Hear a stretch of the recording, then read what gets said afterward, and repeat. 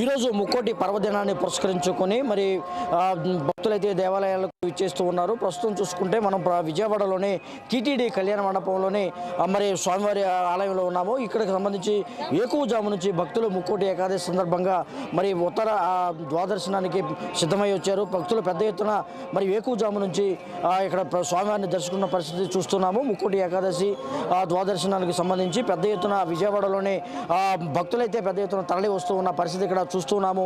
దీనికి సంబంధించి ముక్కోటి ఏకాదశి ద్వాదర్శనానికి సంబంధించి ఆ పండగ పర్వదినానికి సంబంధించి మరి విశిష్టత ఏమిటి, ఎటువంటి ఎలా ఉంటుంది, ఈరోజు స్వామివారిని దర్శించుకోండి అనే అంశాలను అర్చక స్వాములు వివరించే ప్రయత్నం చేస్తారు. స్వామిగారు చెప్పండి, ఇటువంటి పర్వదినాలలో మరి స్వామివారిని దర్శించుకోవడం వల్ల ఏం జరుగుతుంది, ఎటువంటి ఫలాలు వస్తాయి? శ్రీ వెంకటాచలాధీశం శ్రీయాద్యాసితవక్షసం శ్రితచేతన మందారం శ్రీనివాసమహం భజే. సభాయ నమః. శ్రీ వెంకటేశాయ నమః. ముక్కోటి ఏకాదశి రోజున స్వామివారిని దర్శించుకున్న, స్వామివారి ప్రసాదాన్ని స్వీకరించిన, ఉత్తర ద్వార దర్శనం చేసుకున్న ఎటువంటి ఫలితం ఉంటుందయ్యా అంటే విష్ణు పురాణంలో ఉండేటువంటి సంఘటన ఏంటయ్యా అంటే స్వామివారికి భక్తులందరూ కూడా ముక్కోటి రోజున వైకుంఠంలో వేంచేసి ఉంటారట. స్వామివారి కోసం ముక్కోటి దేవతలందరూ కూర్చుంటే ఒకవైపు మొత్తం స్వామివారి భక్తులు మాత్రమే ఉంటారట.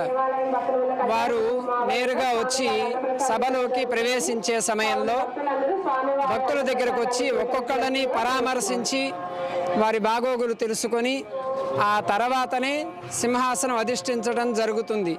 ఆ తర్వాతనే ముక్కోటి దేవతల్ని పలకరించి వారికి సంబంధించినటువంటి బాధ్యతల్ని అప్పగించడం జరుగుతుంది.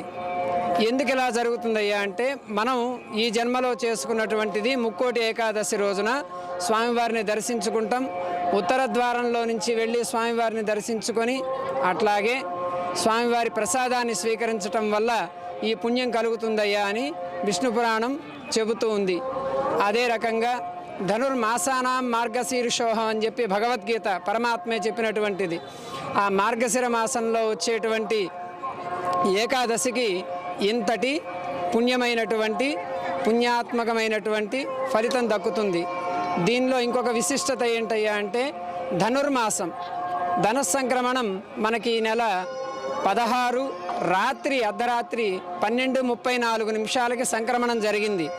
తెల్లవారితే 17 అనగా ఈ రోజున 8వ పాసురం 17 నుంచి మొదలుపెట్టినా కానీ 7వ పాసురం 8వ పాసురంగా మనం ఈ స్వామివారి కైంకర్యంలో మొట్టమొదటిసారిగా సుప్రభాతం బదులుగా ఈ నెల రోజుల పాటు తిరుప్పావై స్వామివారికి సేవాకాలంగా జరుగుతుంది.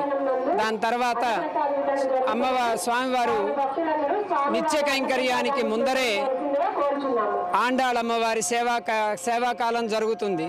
దాని తర్వాత శాత్తుమొర, ఇదంతా అయిపోయిన తర్వాత స్వామివారికి నిత్య కైంకర్య ఆరాధన జరుగుతుంది. ఈ కైంకర్య ఆరాధన అయిపోయిన తర్వాత స్వామివారికి భక్తులు దర్శనార్థం ఎటువంటి ఫలితాలు వస్తాయి? ఈ రోజు దర్శించుకుంటే భక్తులకు ఎటువంటి ఫలితాలు? కోటి జన్మ కృతం పాపం. స్వామివారికి ఈ రోజున ముక్కోటి రోజున దర్శించుకుంటే స్వామివారి ప్రసాదాన్ని స్వీకరిస్తే కోటి జన్మలో చేసుకున్నటువంటి పాపాలన్నీ కూడా నశిస్తాయి. అట్లాగే పుణ్యం కూడా తగ్గుతుంది. ఎందుకయ్యా పుణ్యం కావాలి కదా, పుణ్యం కావాలి అనంటే పై లోకాల్లో పుడతారట, పాపం గనక చేసుకుంటే కింద లోకాల్లో పుడతారట. మనం సమంగా చేసుకున్నాం కాబట్టి మత్స్యలోకంలో పుట్టాం, అంటే భూలోకంలో ఉన్నాం. మనకి పుణ్యం ఉన్నా పై లోకాల్లో పుడతాం, పాపం ఉన్నా కింద లోకాల్లో పుడతాం. రెండూ లేకపోతే గనక మోక్షాన్ని పొందుతాం.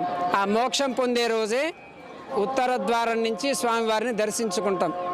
ఇది స్వామివారు చెప్తున్నారు. ఏదైతే ముక్కోటి ఏకాదశి రోజు మరి శ్రీవారిని దర్శించుకుంటే, ఉత్తర ద్వారదర్శనం నుంచి దర్శించుకుంటే కోటి జన్మల మరి పాపం పరిహారం అవుతుంది. అంతేకాకుండా ఇక్కడ ఈ ఏదైతే పాప పరిహారం కోసం ఏదైతే మనం భక్తులు చూస్తూ ఉంటారో ఈరోజు మరి స్వామివారిని దర్శించే పటాపంచలయ్యే అవకాశం ఉంది. అంతేకాకుండా ఇక్కడ విజయవాడలోనే టీటీడీ కళ్యాణ మండపంలోనే స్వామి ఏం చేసి ఉన్నటువంటి స్వామివారిని దర్శించుకునేందుకు ప్రతి ఏడాది ఇక్కడ పెద్ద ఎత్తున ఈ ఉత్తర దూరదర్శనాన్ని ఏర్పాటు చేస్తూ ఉంటారు.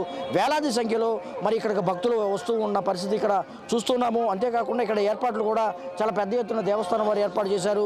దీనికి సంబంధించి చూసుకుంటే ఇక్కడ కొన్ని క్యూ లైన్లు కూడా ఉన్నాయి. క్యూ లైన్లో వేకువజాము నుంచే కొంతమంది భక్తులు క్యూ లైన్లో వేచి ఉన్నారు. కొంతమంది దర్శించుకున్న పరిస్థితులు చూస్తున్నాము. అంతేకాకుండా ఇక్కడ బందోబస్తు కూడా పోలీసు బందోబస్తు కూడా చాలా పెద్ద ఎత్తున ఏర్పాటు చేశారు. వేకువజాము నుంచి జరుగుతున్నటువంటి ఈ దర్శనం, ఉత్తర ద్వార దర్శనం మరి కొనసాగుతున్న పరిస్థితి ఇక్కడ మనం చూస్తున్నాము. మరి భక్తులంతా ఇక్కడికి ప్రతి సంవత్సరం వచ్చి చేస్తుంటారు. ఈ సంవత్సరం కూడా భారీ ఏర్పాట్లు చేశారని కూడా చెప్పుకోవచ్చు. ఇది ప్రస్తుతం మరి ముక్కోటి ఏకాదశి సందర్భంగా ఇక్కడ టీటీడీ కళ్యాణ మండపంలోని తాజా పరిస్థితిని కూడా చెప్పుకోవచ్చు. కెమెరామెన్ బాలకృష్ణతో కోటేశ్వరరావు, 6 టీవీ కోసం విజయవాడ నుంచి.